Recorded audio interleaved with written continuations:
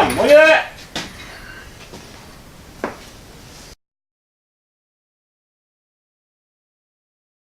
Alright, welcome back to the Quick Speed Shop. What I'm doing tonight is I'm going to pull the tranny off this motor, and then we're going to start working on the Doodlebug to disassemble the motor in there and see if we can get the engine swapped out. Alright, so I got my dirty clothes on, I got my work shirt, my dirty pants, because this thing is a slime ball of disaster. But I got the tranny unbolted, I got the oil pan kind of sitting on 2x4s, and I'm hoping I can wrestle this thing off of here. So, whoa, look at that! It's doing something already. This is a bad camera angle because I'm right in the way of the action. Nope. Oh, hold on now.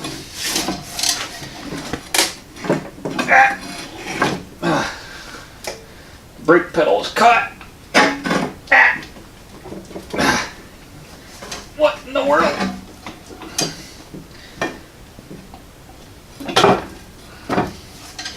It's free already.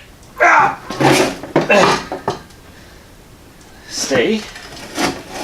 Aha! Bang! There's the transmission, there's the clutch. If we're doing this the right way, the next thing I can do would be pull the pressure plate and the clutch disc off here and check things out, but we're down and dirty going in the Doodlebug. I'm going to hope that this clutch is good, and I don't have an alignment tool that will line it back up anyway, so I don't really want to get it apart.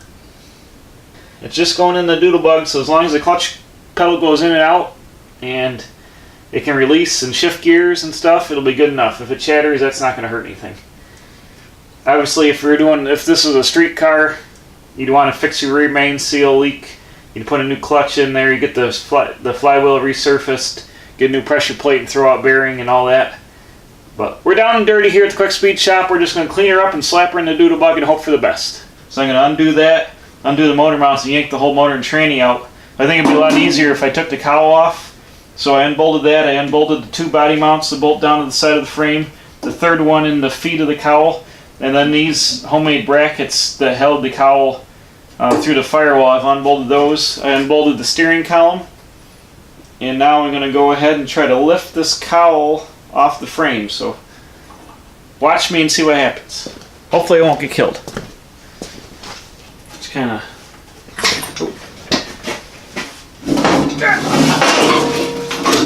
It's kind of hefted, I guess. Bang!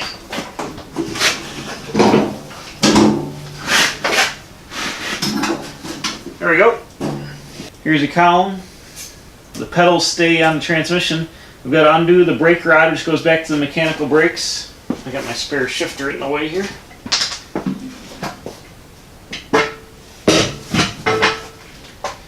So I got to undo the rod for the mechanical brakes, and then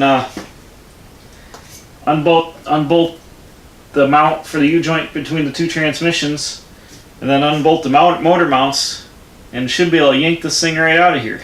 Alright, what I'm doing right before here, I'm working on this clamshell mount back here, and this is what covered up the U-joint that usually goes to the torque tube. In this case, it's going to the second transmission, but there's a clamshell case that bolts together. You know, a lot of grease in there. I gotta take the last bolt out of the bottom here, all the way. What you get is a ball and socket, and the socket rolls around inside of here. And on your standard application, this front piece would be the front of the torque tube, which locates the rear end, and it goes inside the socket and it allows the rear end to rotate up and down inside the socket. So the tranny loose here, I've loosened up the mounts here. I've got a chain on the back of the engine over here, and then I'm going to go up and put a chain on the front. We'll sling this up. And so I got to disconnect the brake rod over here. I'll disconnect that, and we'll sling this up and see if we can pop this thing out of here. Alright, now for a little history lesson. When I got this Doodlebug, I wasn't quite sure what year it was. I knew it was most likely a 30 or 31 because the cowl that's on it is a 30-31 style cowl. I was figuring this is a 30 or 31. It has a 4-speed transmission, which 1929 they started putting 4 speeds in these. So I knew that, you know, it was at least a 1929 transmission. But the problem with this is it doesn't have the original engine. The serial number on the engine, which should match the serial number on the chassis, this engine has been changed because the serial number is too early. And I'll show you over here. I'll zoom in, we'll look at that. Every Model A engine has the serial number on the side of the block, hand stamped right at the Ford factory. And this truck being a double A, or a ton and a half, it should start with a star and then 2 A's and then a serial number. As you can clearly see, this engine has 1 star and then 1 A, or this engine has a star and then 1 A and 2101541 and then another star. And I ran the serial numbers for the Model A engines. This is a mid-1929 engine. So this is a car engine with just 1 A or a half-ton pickup truck, and it's out of a 1929 vehicle. So I knew that the engine had been changed because the serial number is too early for the chassis. So now we go over here to the transmission. I found the date code on the side of the transmission. It's right here. You probably can't see it, but it's 11/21/30. So this is a November 21st, 1930 transmission. And the rear transmission is also a Warner gear. These are both Warner gear transmissions, but it's a little bit different style, so I'm thinking it's a newer transmission, probably out of the mid-30s, but I can't find a date on it yet, so I'm still looking for that. But so I've determined that the front transmission is a late 1930 transmission. So I'm getting closer on the truck. So it's possible that the engine was changed, and this is the original transmission, which makes this 1930. But the third way to tell, and this is most accurate, but it's hardest to see. The third way to tell, and the most accurate, is to find the serial number on the frame of the truck. So here, Model A's are all stamped. This is your front column mount bolt. This is the motor mount. This is the brake rod bracket, which is torched off, and the serial number is right here. And it's very hard to see. I don't know if you're going to be able to pick it up, but there's a star right here by the bolt. Then there's 2 A's for double A, and then there's number 4816421, and then another star over here, which is pretty hard to see. So it's also interesting to note that they used the letter I for the 2 1s, even though the engine number, they had an actual 1. So I don't know if all frames are stamped this way, or if the guy just lost his 1 at the assembly line, he had to use his I and stamp instead. But this is the serial number for this truck. It's AA4816421, which I ran that serial number, and it makes this truck chassis was built in September of 1931, making this a mid-31 chassis. So what I've determined from our history lesson from all our deciphering is we got a 1930 cowl, we got a 1929 engine, a 1930 transmission, and a 1931 chassis. So this was definitely something that somebody cobbled together out of parts and pieces from multiple different vehicles. It's possible that this is the original transmission if they made them ahead of time. I don't think they would have almost a year's worth of stock in inventory, so I doubt that the transmission matches the chassis number. But it's possible for double A's, because they probably made a lot less of them than cars. It's possible they got a whole run of transmissions made and then waited to put them in, because the serial number on the chassis and the serial number of the engine would have been added when all this stuff is married up together at the factory.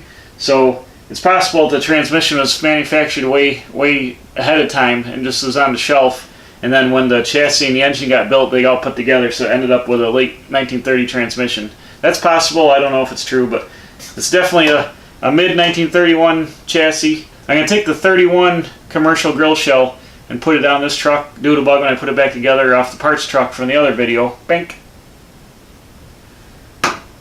But this is a 1931 AA.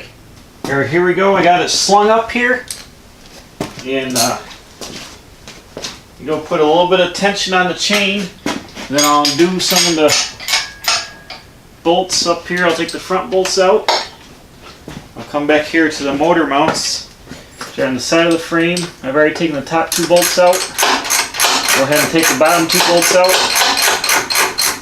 If you can see here, it's starting to come apart out of the U-joint back here.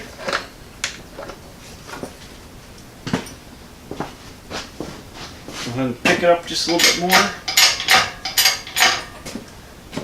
Gotta angle my dangle.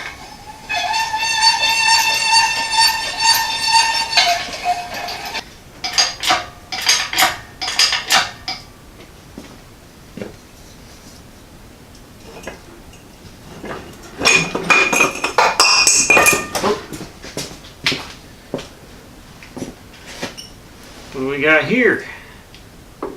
Some kind of custom action. All right.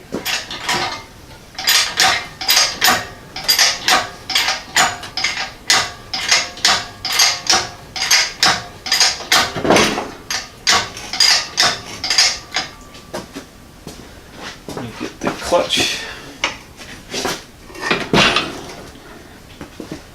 Well, I'm going to pause for an Instagram picture.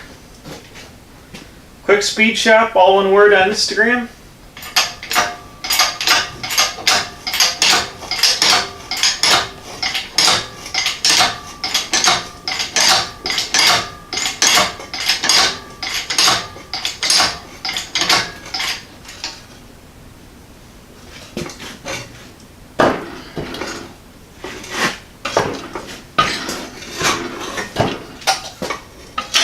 Here we go.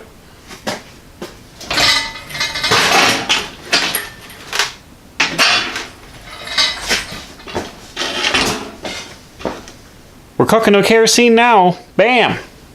She's swinging on the crane.